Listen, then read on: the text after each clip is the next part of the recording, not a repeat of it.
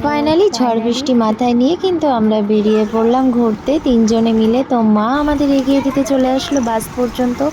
আর বাস কিন্তু বাড়ির সামনে এসেছিল, মানে বাস স্ট্যান্ডে যেতে হতো আমাদের, যেহেতু ঝড় বৃষ্টি হচ্ছিল এই কারণে বাস কিন্তু আমাদের গ্রামের ভিতরে চলে এসেছিল। আর গ্রামের ভিতরে যেহেতু অনেক কটাই লোকজন ছিল, অনেক কজন আমাদের পাড়ারই, তো সবাই মিলে একসাথে বলা হলো যে বাসটা যেন একটু গ্রামের ভেতরে পাঠানো হয়, তাই আমাদের যেতে সুবিধা হবে। আর তারপর দেখো রাস্তায় কিন্তু এত সুন্দর আলো দেখতে দেখতে যাচ্ছিলাম, মানে চারিদিকে লাইট জ্বলছে, বেশ ভালো লাগছিল। বাসে তো এইভাবে জার্নি করা হয়নি কখনো রাতে। আর রাত্রেবেলায় একটা ধাবাতে রুটি তড়কা খেয়েছিলাম। আমি যেহেতু রাতে সেরকম খুব একটা বেশি কিছু খাই না, খুব অল্প ভাত খাই, অথবা রুটি খাই অথবা মুড়ি খাই, মানে কোনো দিন আমার ঠিক থাকে না। তো এক 4টে রুটি আর 1 প্লেট তরকারি, তো ওতেই 100 টাকা নিয়ে নিয়েছিল ধাবাতে। তো আমি দুটো খেয়েছিলাম, তোমাদের দাদাভাই দুটো খেয়েছিল। আমরা দুটোর বেশি রুটি খাই না, মানে আমি 2-3টে খাই কিন্তু ও দুটোই খায়। তো সেদিন আমি বাসে জার্নি করছিলাম বলে আমার একটু খেতে ভয়ও হচ্ছিল, যে বাসে জার্নি করতে আমি মানে খুবই ভয় পাই যদি শরীর টরীর খারাপ করে, এই আর কি। এই কারণে দুটোর বেশি আমি রুটি খাইনি। তোমার দাদাভাই দুটো খেয়েছিল, আমি দুটো খেয়েছিলাম। আর তারপর দেখো আবার আরেক জায়গায় বাস থেমেছিল, সবাই একটু চা খেয়েছিল।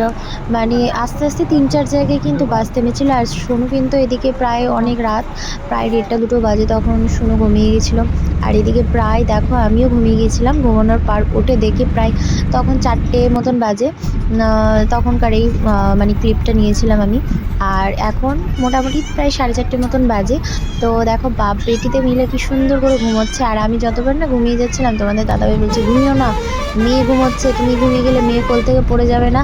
আর আমি বারবার রেগে যাচ্ছিলাম। এই নিয়ে কিন্তু তোমাদের দাদাভাইয়ের সাথে যাওয়ার সময় একটু আমার রাগারাগি হয়েছিল। আর যাওয়ার সময় দীঘার এই ওয়েলকাম গেটটা আমি দেখলাম ফার্স্ট টাইম। এর আগে যখন গিয়েছিলাম ট্রেনে গিয়েছিলাম, এর কারণে কিন্তু আমার দেখা হয়নি। এটা আমি ফার্স্ট টাইম দেখছি বাসে যাওয়ার জন্যই। আর আমরা ভোর 5টার সময় পৌঁছে গিয়েছিলাম শঙ্করপুর বিচে। তো শঙ্করপুর বিচে এর আগে আমি কখনো আসিনি, এটা আমার ফার্স্ট। তো একদম নিরিবিলি পরিবেশ, খুবই সুন্দর লাগছিল দেখতে। আর যেহেতু ভোরবেলায় কেউ যায়নি, আমরাই ফার্স্ট, তো গিয়ে ভীষণই ভালো লাগছিল। মানে একদম ফাঁকা, মানে একদম এত সুন্দর ওয়েদার, ঠান্ডা ঠান্ডা হাওয়া, সকালকার এই ওয়েদারটা আমি তো পুরো ডানা মেলে উঠতে উঠতে যাচ্ছিলাম। কিন্তু যাওয়ার কিছুক্ষণ পরই তোমাদের দাদাভাইয়ের সাথে একটু রাগারাগি হয়েছিল, তার কারণটাও বলি, দাঁড়াও দাঁড়াও। মেনলি হচ্ছে তোমাদের দাদাভাই যে প্রফেশনে কাজ করে, তো ও বলে কি যে তুমি ভিডিও বানাও কিন্তু তোমার ভিডিওতে আমাকে নেবে না, তুমি যত ইচ্ছা ভিডিও করো, ছবি তোলো, আর এখানে অনেক লোকজন আছে, তোমাকে আমি কিছু মানে বেশি কিছু ভিডিও বানিয়ে দিতে পারবো না, ক্লোজলি ভিডিও করবো না তোমার সাথে, এইগুলো আর কি। তো আমি বললাম দেখো বছরে তো প্রত্যেক দিনই তোমার কাজ থাকে, এবার তুমি সেই সকালে যাও রাত্রিবেলায় বাড়ি ফেরো, আমি তো তোমাকে সারাদিন দেখতেও পাই না, তো তোমার সাথে টাইম স্পেন্ড করতেও পাই না। আজকে 2টো দিন আমি এসেছি তোমার সাথে সময় কাটানোর জন্য, না তার মধ্যেও যদি তুমি এইভাবে আমাকে দূরে দূরে রাখো, তাহলে আবার আমার এখানে ঘুরতে আসার মানে কি? তোমার সাথে যদি সময়টা কাটাতে না পারি, আমার মেয়ে যদি তোমার সাথে সময় কাটাতে না পারে, তো তাহলে আবার আমাদের এখানে আসার মানেটা কি, তাই না? আমরা তো এখানে ছুটি কাটাতে এসেছি, 2টো দিন আমরা সব কিছু ভুলে আমরা আনন্দ উপভোগ করতে এসেছি। তো এই নিয়েই ব্যাস, আর কিছু নয়, এই নিয়ে একটু রাগারাগি হয়েছিল। আর তাছাড়াও কি বলো তো, আমি যদি মনে করি যে আমি ইউটিউবে থাকবো, তাহলে কিন্তু আমার ওর সাপোর্ট চাই, ওর সাপোর্ট না হলে কিন্তু আমি এগিয়ে যেতে পারবো না। তো ওর কিন্তু সেই সময়টা থাকে না, যতটুকু পারে ততটুকু করে দেয় আমাকে, আর না হলে আমাকে একাই করে নিতে হয়, অথবা কেউ আমাকে হেল্প করে, বাড়িতে যদি কেউ থাকে, পূজা যদি থাকে পূজা হেল্প করে, বা আদার্স কেউ হেল্প করতে থাকে। তো সবাইকে তো আর সবসময় বলা যায় না, হাজব্যান্ডকে যতটা বলা যায় সবাইকে কি আর সেটা বলা যায়?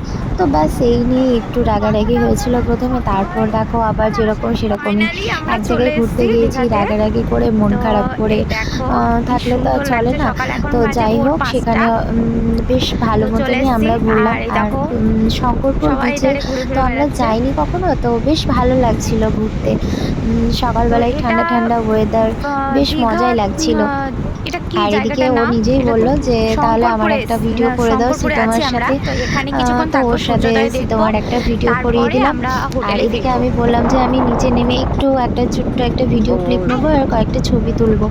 তো যেহেতু সকালবেলায় সারা রাত জার্নি করে এসেছি, মানে চোখে মুখে জলও দিইনি, তো একদম মুখ চোখ দেখো কেমন লাগছে দেখে। তো তারপর ওখানে কিছু ভিডিও আর ছবি তুলে নিয়ে তারপর উপরে উঠে আসলাম। উপরে এসে এগুলো তোমাদের দাদাভাই ক্লিপগুলো করে নিয়েছিল, আমি কিন্তু করিনি।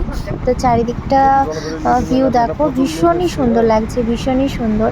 মানে সমুদ্রের ধারে গেলে কি মনে হয় না যেন ফিরে আসি, এত সুন্দর লাগছিল, ভীষণ ভালো লাগছিল। মানে আমি এই নিয়ে 2বার আমি সমুদ্রে ঘুরতে গেলাম, তাও আবার দীঘাতেই।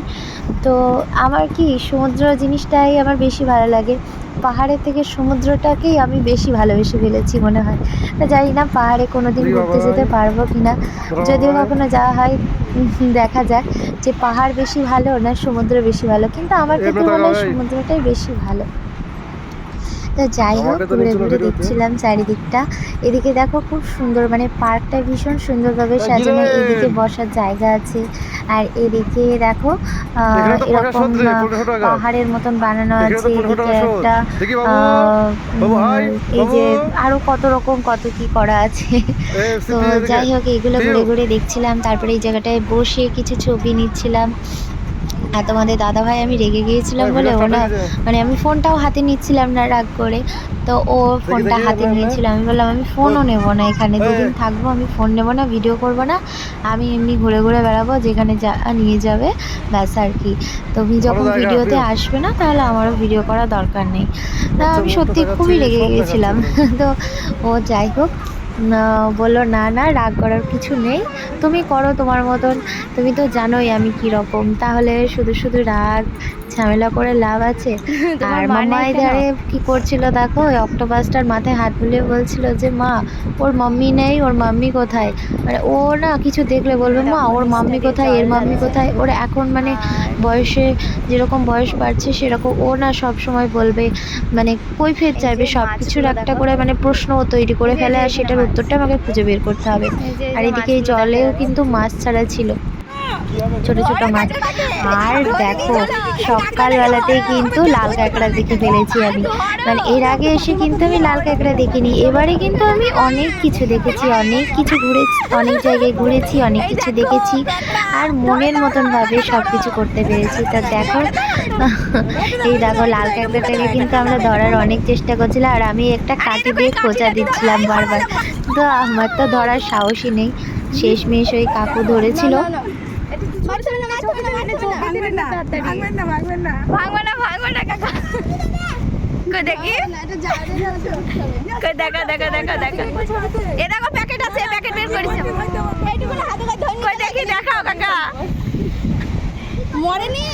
জ্যান্ত আছে তো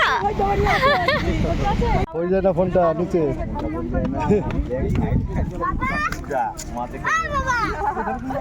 ফোনটা ফেলে দিয়ে গেল।